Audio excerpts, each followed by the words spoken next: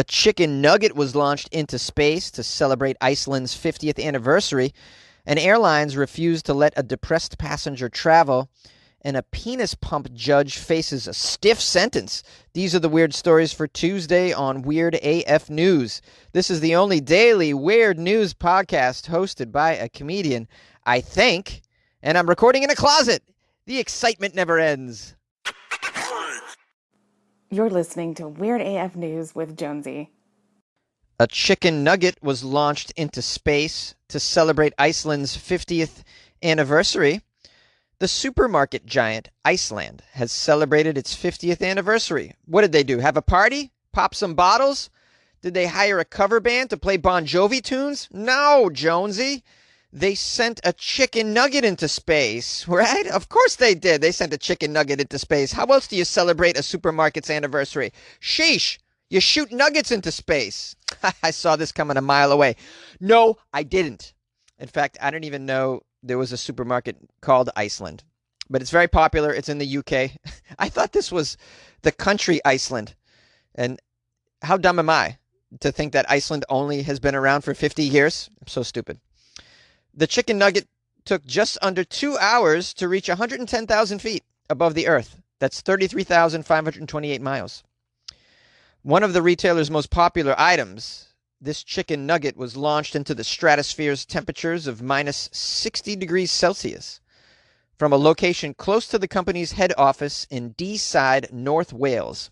Having reached peak altitude, the nugget then headed back towards Earth at 200 miles per hour, with its parachute deploying at around 62,000 feet to enable the chicken nugget to have a safe landing.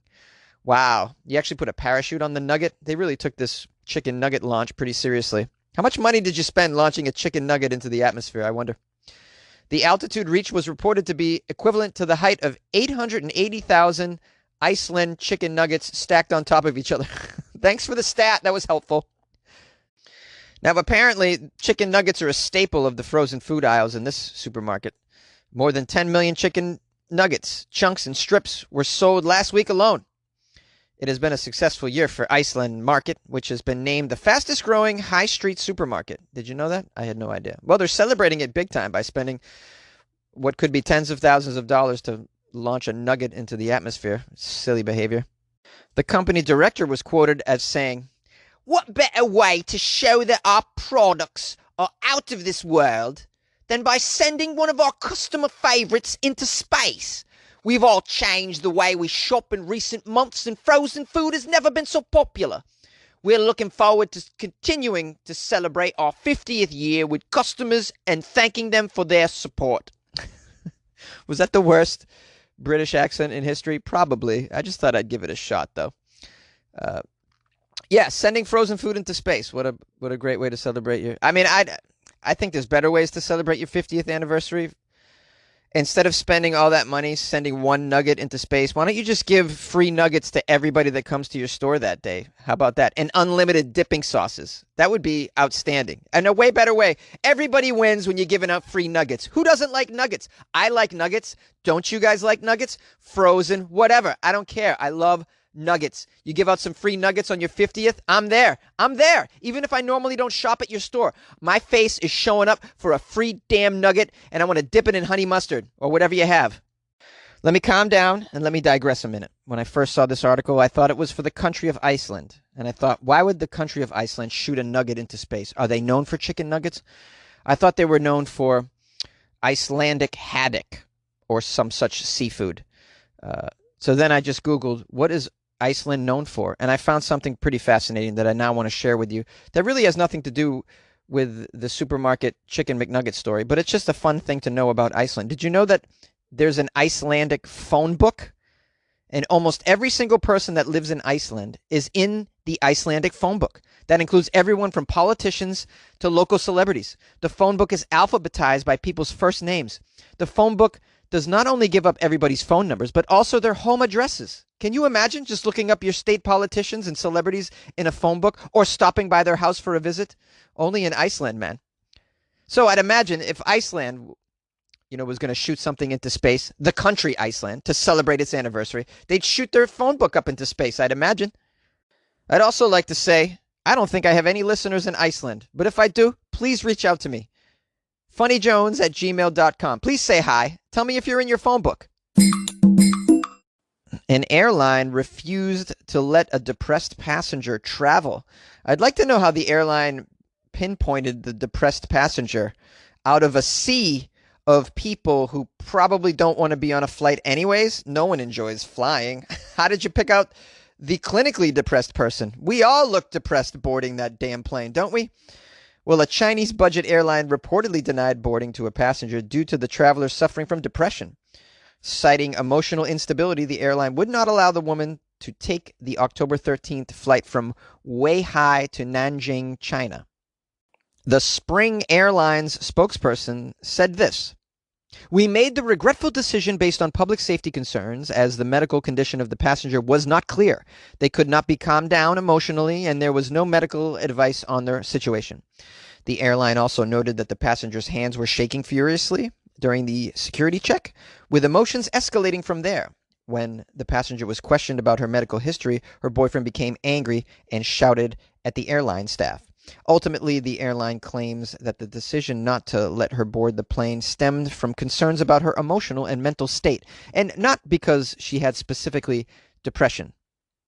Well, she was obviously acting erratic enough to bring attention to herself, and, the employees thought that it might have been a detriment or an endangerment to the flight overall, to the other passengers perhaps. So they're just trying to do their job. It's a budget flight, so you can imagine they're probably not the smartest people that are working this airline. It's a Chinese budget airline after all, okay? The boyfriend, known as Mr. Yu, explained on social media that his girlfriend's medication was responsible for causing her hands to tremble. His frustration at the gate agents was over their interrogation of his girlfriend in front of the other passengers, questioning how much authority airline staff have to review a passenger's private medical conditions. Yes, of course, these employees of the airline should have questioned her in private, but this is a Chinese budget air. You can imagine they're probably behind schedule. The flight is probably overcrowded. We're dealing with a pandemic, which makes travel even more stressful. And, the whole boarding process probably takes twice as long as it normally does. I don't know. I haven't flown. So there's more pressure on time to get this flight out of here, I assume. And, you're dealing with employees who don't have this kind of training probably either. It's a budget airline. They're just trying to do the quickest thing and the easiest thing. And if it's question her in front of other passengers, well, sorry, it happened this way. These people don't know what they're doing, though. Let's be real. What did you expect, Mr. Yu? And by the way, we're living in a time where we're afraid that something's going to happen on a flight. And, so we're all on edge right now. And if a passenger is acting erratic, like emotionally, this is just red flag city. And it makes us all uncomfortable. So I know that you feel as though your personal liberties were ignored because your girlfriend was questioned in front of other people. But I mean, for the sake of the rest of us, there's certain times where you're going to have to be uncomfortable so that the rest of us can be comfortable and feel safe. And this seems like one of those instances. So you just need to shut the hell up at this point. And by the way, Mr. Yu, if your girlfriend is freaking the hell out, maybe not drag her onto a plane at that moment. Maybe take her away, take her to the side, get her a cocktail, calm her down. I don't know about a cocktail. Get her whatever she needs. Go to the first aid center, get her some water, lay down. Like, don't drag her onto a flight like that. Do it. Nobody's winning by her coming onto that flight in this condition, clearly. Now, the end of this article asks a question here. Do you think the airline was right to not allow the passenger to board the plane due to her behavior at the time? Do airline staff have the right to ask about medical conditions? And I ask the same question of you listeners of Weird AF News. Call the show, 646-450-2012. You like podcasts? You're listening to my podcast. Maybe you thought to yourself, I'd like to make a podcast. Too difficult? No, not with Anchor. Anchor has free creation tools that allow you to record and edit your podcast from your phone or your computer. Anchor distributes your podcast to Apple, Spotify, Stitcher, and more. They have advertising integration, so you can even make a little money off your podcast. Everything you need to make a podcast in one place. Download the free Anchor app or go to anchor.fm to get started. And good luck with your podcast, good luck with your creation, good luck with your life, man. A penis pump judge faces a stiff sentence. Oh, that's a great pun in the title of this one. A retired U.S. judge is facing charges that he used a penis pump on himself in the courtroom while sitting in judgment of others. This is the trial of Donald D. Thompson, age 59. The judge has been accused of exposing himself and using a penis pump in the courtroom. How do you use a penis pump in the courtroom and get away with it? Well, I guess they got those long flowing robes. I mean, you never know what's going on under there, right? A key witness was a former court reporter named Lisa. In giving testimony, she said that between 2001 and 2003, she saw the judge expose himself at least 15 times. In the courtroom?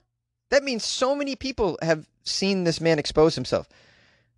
She further testified that during a 2002 trial, she actually heard the penis pump being used, quote, during the emotional testimony of a murdered toddler's grandfather. During the emotional testimony of a murdered toddler's grandfather, this man is using a penis pump? She says the grandfather was getting real teary-eyed and the judge was up there pumping on the penis pump. It was sickening. I can't believe this is a real story. I can't believe a real judge did this. A penis pump in the courtroom. I don't even know how penis pumps work or what they're supposed to do, really. I guess they get you aroused? Is that what they do? I need to look this up. Oh yeah. A penis pump known as a vacuum pump or a vacuum erection pump. The device consists of a tube that fits over your penis, a seal or a ring that fits around the base of your member, a battery-powered or hand-powered vacuum pack that removes air from the tube, which triggers an erection. Huh. I wonder if they work. I mean, they must work. I assume they work really well for the judge during murder trials, apparently, which is so inappropriate. This man is so out of his mind sick. I just can't even believe this exists. It also says this judge's pneumatic proceedings came to an end after a courtroom police officer heard the pump's distinctive signature sound during a case and then actually photographed the device during a recess. Unbelievable. The police officer took a photo of it. Thompson was charged with 4 counts of indecent exposure. Now, Thompson, this penis pumping judge, claims that the pump was a gag gift from a longtime friend with whom he had joked about erectile dysfunction in the past. He admitted keeping it under the bench and in his office, but denied he'd ever used it. You kept it under your bench. You kept a penis pump under your bench. This is your excuse? No, I just kept it there. Yeah, that's natural. That's a natural place to keep a gag gift from a longtime friend. A penis pump, erectile dysfunction gag. You bring it to work. Yeah, you bring it to work and keep it under the bench. You judge, you dummy. I can't even believe this happened in the world. To just pump your penis under your frock. What do they call it? A frock under the bench as well in the middle of a trial. Just take a Viagra if you feel the need to have an erection at work. I don't know why you would. That seems crazy to me also that you want to be erect during a trial. I've never been at a trial and thought, yeah, I'm getting really turned on right now. This seems like an appropriate time to be aroused at a trial, a murder trial. Bring it on. Oh, yeah. But if you have to, just take a pill. You're out of your mind with this penis pump. Really? Thompson is facing 4 counts of indecent exposure, each carrying 10 years maximum sentence. Pump that up, Thompson. Hey. Yay. Hey, thanks for listening to Weird AF News. There's 1.1 million podcasts out there, but yet you listened to Weird AF News, and I am grateful. I'm grateful that you chose me in that sea of podcasts. It means so much to me. I want you to know I don't take your ears for granted. I never do. Uh, Please tell a friend if you think they might benefit from this podcast. It's a 5-day-a-week weird news podcast. You might learn something. You might laugh. You'll certainly not get that depressed feeling that you get from mainstream news. That's for damn sure. I guarantee. Uh, please rate the podcast if you'd like to leave it a review. If not, that's cool too. Just tell a friend. And check out my Patreon as well if you'd like to sort of support the podcast on a different level. Patreon.com/weirdafnews. You can also go to weirdafnews.com, and there's some ways that you can support the podcast on there by making a donation or buying me a cup of coffee or two as well. That website is it's fairly new, and so I'm willing to accept some feedback too. If you had a moment, check it out, weirdafnews.com. I'd really appreciate that.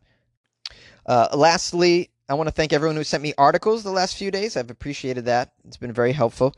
And follow me on social media at FunnyJones on Instagram and Twitter if you had a moment and you're not doing anything. You want to check out what I've been up to.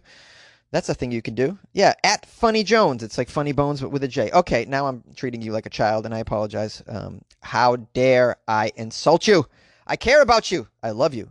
And I will talk to you tomorrow.